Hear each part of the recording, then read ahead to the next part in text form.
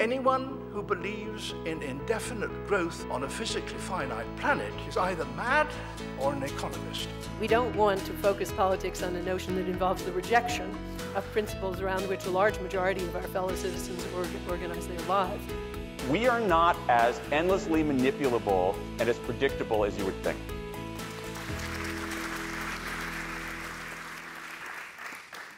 I have elected to adopt a selfless but abject position of ignorance this evening. I shall pretend that I know very little about what is likely to unfold upon April the 1st, because I suspect that that's a position that most patients or members of the public actually do genuinely find themselves in, with the clock ticking. So perhaps, Catherine, you could just provide us with your brief take on exactly what is set to happen on April the 1st.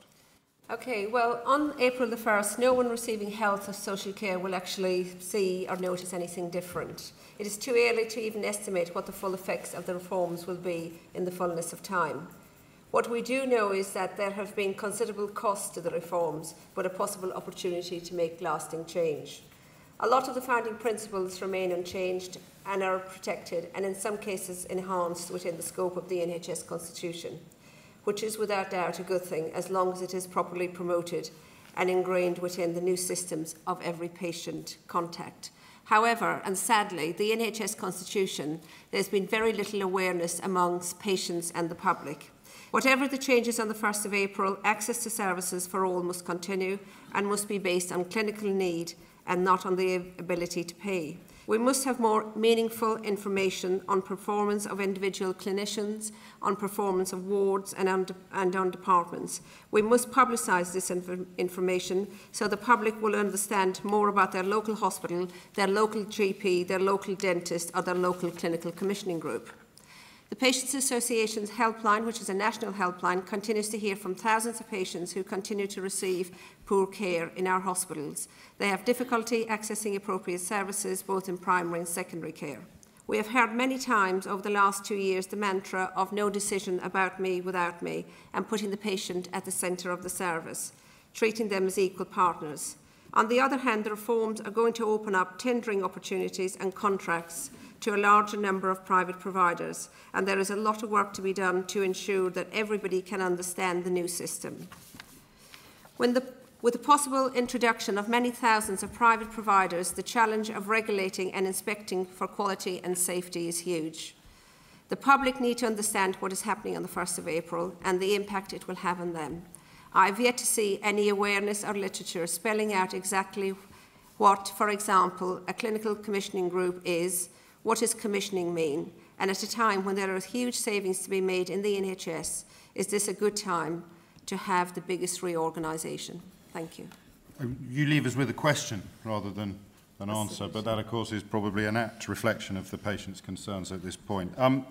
Sean, I'll come to you next. You worked on the policy, you worked on the changes. Could you describe precisely what the big transformation will involve? I mean, the first thing to say, really briefly, because this is something that any government will face, it doesn't matter what party you're in, there are huge pressures on the NHS, largely due to population, demography, more babies are being born, people are living longer, and that will continue, and that will mean costs will rise. The second big pressure is technology, £600 million a year at least, in addition to what we spend on technology, comes purely from advances in new medicines, new technologies, new treatments. It is it's a brilliant thing that the NHS is the biggest user of new technology in this country, but it costs us a lot of money. So whoever is in government, and don't let any politician pretend that there's anything different, whoever is in government faces the reality that NHS costs are going through the roof, and we either put a whole load more money into the system, which we probably can't afford, is the consensus right now, or we reform it. All of the facts say, all the research, all the polling, the interviews, everything else says people want more choice. They completely buy the Tony Blair argument, which was, I don't care who provides my care, what the system is like behind the curtain, I just want really, really good quality care. And that voice is never, ever heard in this whole debate. It's between ministers and ideological groups. Not very many people realise that the NHS, the providers in it, it is a complete mishmash, complete chaos. We found a system where the private sector was being paid more money than the NHS for doing exactly the same work, whether they had any patients or not. What the reforms are supposed to be about is putting people's voice in control. So if they want more choice, we'll give them more choice. If it's the private sector, it's the public sector, whatever, you can have it, but we will not give the private sector perks, we'll not give them a leg up, we will not pay them more for doing the same work. It will be a proper level playing field, and it will be patients' choices driving change, not politicians and backroom deals. Well, we better get a politician involved then. Andy Burnham.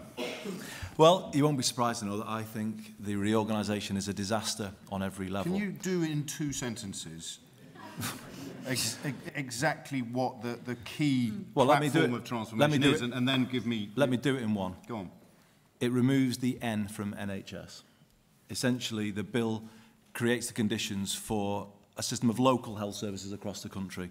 But it does more than that. I mean, I said at the beginning, it's a disaster because it's siphoning £3 billion out of the NHS front line, and for me that is completely unjustifiable at this time. But there are 3 arguments I would put forward to justify why this is the end of the NHS as we have known it. As I said, they've legislated to remove the N from NHS, and that means they've removed the Secretary of State's duty to provide a comprehensive universal health service. Now, that will create the conditions for a postcode lottery writ large. We are already seeing arbitrary restrictions being introduced on cataract, hip and knee operations. This will just carry on and increase so that the NHS will vary so much from one area to the other. It won't be, the N in NHS won't exist in any meaningful way in time. The second reason is that they've legislated to make English hospitals look like American hospitals by allowing them to earn up to half of their income from the treatment of private patients, half of their theatre time, half of their beds, half of their car parking spaces. They've given them permission to devote half of their facilities to the treatment of private patients, and that means that the English hospital will in time begin to move to mimic the American hospital, where it's a much more private-public mix. The third reason is it requires compulsory competitive tendering. And it mandates the medical profession to open up all contracts to open tendering. Now, they didn't promise this. They promised that doctors would decide. Well, far from letting doctors decide, they're telling doctors that they must open things up to competition. And this is where I disagree fundamentally with Sean. All the evidence from around the world is that competition in healthcare doesn't save money. Of the 20 most developed countries in the world, we are the only country that provides comprehensive universal healthcare for less than 10% of GDP. And that's because our system is inherently efficient. That N in NHS means you can plan services, you can make sure that you don't duplicate where expensive services go. And yes, I agree with Sean that reform is needed, but the reform we need in our system is more integration to deliver that choice and control that Sean talks about. The problem with this prescription that his party have given us, it's a recipe for fragmentation, and that fragmentation ends up costing us more. So I'll finish by saying he's right, it's about what the public want, but what the public wants is the NHS that they believe in, the NHS that puts people before profits. That's what Danny Boyle was celebrating at the opening ceremony of the Olympic Games, and we're about to have this thrown away. You know, nobody has given this government permission to put the NHS up for sale. Arrogantly, they think they've got it. Well, we'll keep reminding them that they haven't. Anne McElvoy, I know you also track the performance of competition in health services internationally. Feel free to include that in your opening comments. One of the things that sort of struck me over the years that the NHS and many people within it never really want to change. I mean, that is a default position, but I think it's an impossible one. You cannot simply run an NHS by saying we'd like everything to stay the same and we'd like to just giving it more money and the state of the public finances doesn't matter and the other claims on the public finances, education, welfare, these other things don't really matter. And that you end up with a quite bad debate, which is very focused on spending and saving things and preserving the N in NHS or whatever Andy's latest thing is to sort of get everyone quite alarmed. What does national mean when large chunks of the service are failing people? What does national mean when your results in cancer, in abdominal surgery, when your innovation is less and less good, less convincing, and crucially for me, less future-proof for the money we spend as taxpayers than it is in other countries? Then you have some problems. Where I agree with Andy is we have something very valuable in the NHS, and that is the principle of universal treatment. And I think you can maintain that, but I think you can only maintain it if you are prepared to make some changes and to look much more willingly at what other people do and to learn from that, not simply to go into this default that you can somehow suspend a lot of the realities and the pressure on health budgets, which all countries who take their health service seriously are experiencing. But just turn, if I could, briefly to the private sector, allowing 49% of hospital facilities or to be allocated to private practice meant that 49% of the time would be spent on it. As Andy well knows it, that is absolutely ruled out within the legislation. Now, I really don't know how this will work in practice. I don't think he does either. But I do know that it is a very good thing to put a private and a public service side by side. I think one helps the other, and they can each gain from each other. And I think that Tony Blair, whose name was conjured up by Sean, though not interestingly not by Andy, was a very good example of sort of seeing that there was great potential here. And I would just say to Labour, please do not retreat from this curiosity. You will need it. Other countries have it. And when you said that we had the best outcomes, well, we kind of do if you take a very rough, slightly Soviet measure of what you spend and how many people you treat. But on key outcomes, in a number of countries, and I won't bore on for much longer about them, but it is not the case that everywhere that doesn't have a national health service is treating its patients badly. So I would just say in conclusion that I think we have things in the NHS that are great. I see brilliant innovation in the NHS. I see things in the NHS that stop its spreading as much as it should. I think bad hospitals should be taken over by better ones. I think we need to open up our eyes there and also allow a much wider range of providers. And I think that if we don't, we simply revolve the problem within the system, we hold up our hands in horror, and we call for whistleblowers to come forward when it all goes wrong. I don't want an NHS that is run by whistleblowers telling me that something terrible has happened. I want an NHS that is able to innovate and to develop the clinical management, which at best it does provide, but not across the piece and not enough. You are singing from a similar hymn sheet. The need for reform is driven by finite resources, i.e. you can't carry on spending money, and increasing demand, which surely eventually is going to compromise meeting the needs of everyone, free at the point of delivery, and ultimately the clinical need, not the ability to pay. No, because that was always going to be a political decision. If you want an NHS that gives people care free at the point of use, you have to pay for it, and that's a decision that politicians take. But the point is that is a massive driver of change. But that's not the driving motivation that should lead politicians to want to reform the NHS. That should be quality and what people want. Of course we want to keep it, as Andy said, we want to keep it free and everything else. But you can't do that if you're going to sit around and try and hark back to the 1970s and have no competition, no different providers, and the trade unions and the Labour Party running everything.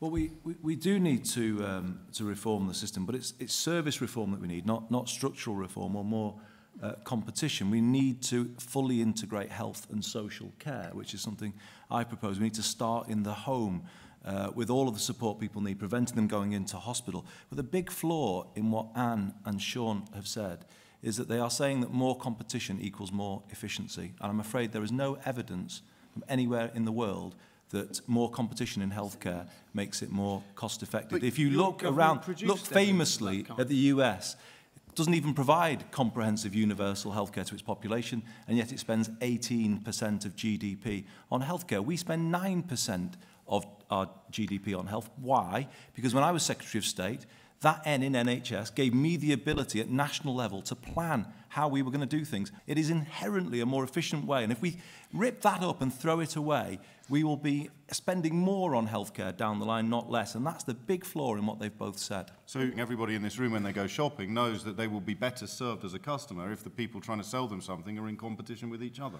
Well, let me give you an example, though, in healthcare. If you go to regional or local systems of pay, you end up finding that it costs you more, not less, because you build in a competitive pressure where the staff start saying, well, they're getting paid that over there, and we want to get paid. You build in a pressure at the bottom level that builds and builds and builds over time, and it's much better just to be able to set it nationally, and therefore you don't have one area trying to poach staff off another, because there is a clear national standard about what needs to be provided, and that underpins a stable, successful, cost-effective national health service. But you introduced the private sector into the NHS and expanded their role year on year and paid them more for doing the work that the NHS did. But Sean, why did we do it? You're now denying that. No, I'm not. You Why did we do it? We did it to add capacity to the NHS, to bring down the month, if not year-long waiting list that your government left behind in 1996. Gentlemen, the concept of choice, from a patient's perspective, could be portrayed as meaningless because, well, what is the choice of between different levels of care? Surely what the patient really wants is to know that wherever he or she ends up, the care will be both high quality and consistent. Choice almost opens the door to inferior provision. Patients actually have very little choice because they have very little information to base their choice on, and they would, the vast majority of patients and the public would prefer to be treated in their local hospital with safe care in a clean environment by compassionate individuals. That's not a choice, though. They just want that one hospital to go to and the knowledge that they'll be safe there. Absolutely. Patients have very little information to base any choice on, so very little meaningful information. They don't know how good their local hospital is. They don't know how good any of the hospitals are. They don't know how good the consultants within the hospitals perform. They don't know how good the wards are. They have no information on the infection rates in the hospital. They have very little information on complaints, whether complaints are taken on board, whether they're seen as a learning, or whether indeed complaints are ignored. And the tension between structural change and cultural change speaks to the patient how in that context? Very often it's the structural change that is where all the investment is. What is needed in the NHS is leaders who sign up to the values of the NHS, who are compassionate, who put the needs and the wants of the patient at the centre of everything that they do. Andy Burnham, you were nodding while that preference of cultural change over structural was made, and yet your government presided over structural change, which has been found to have been in part responsible for the scandal at Midstaffs, the target culture and the aggressive pursuit thereof. The problem with this reorganisation, there's many problems, but the timing could not have been worse. Just at the moment when the NHS had to focus on the finances and nothing else, what did they do? They turned it upside down. So everyone's been worrying about their jobs, everyone's been absorbed in back office matters when they should have been focused on the patient care, maintaining standards in difficult financial times. And, the great tragedy is Lansley could have just taken our PCTs, slimmed them down a bit and put doctors in charge. And he pretty much would have had his reforms. And that's why I'll work with whatever organisations I inherit. I'll work with the CCGs and the Health and Wellbeing Boards. I don't need new organisations. I'll give them a new job to do, working in a collaborative system, not a competitive system. But, he didn't need to do it, and yet this one-man vanity project has thrown the million people who work in the NHS into utter turmoil, and it is disgraceful, actually. And McElvoy, what's the difference between structural change and cultural change? So if you want cultural change, you can use some structural change to make sure that you've actually got the institutions that you need working as well as you can. The other way that you get cultural change is by getting better and better management and good clinical management and getting the aims of doctors and nurses and managers much more aligned with each other. So a mixture of, to my mind, more competition, not to other people's, some structural change, finding ways to make sure that the best ways of managing things thrives and that the worst is pushed out. These things need to be done much more actively. Otherwise, you are throwing money down a drain, and we haven't got the money. I'm sure that you will join me in thanking our panel this evening. Thank you very much, and good night.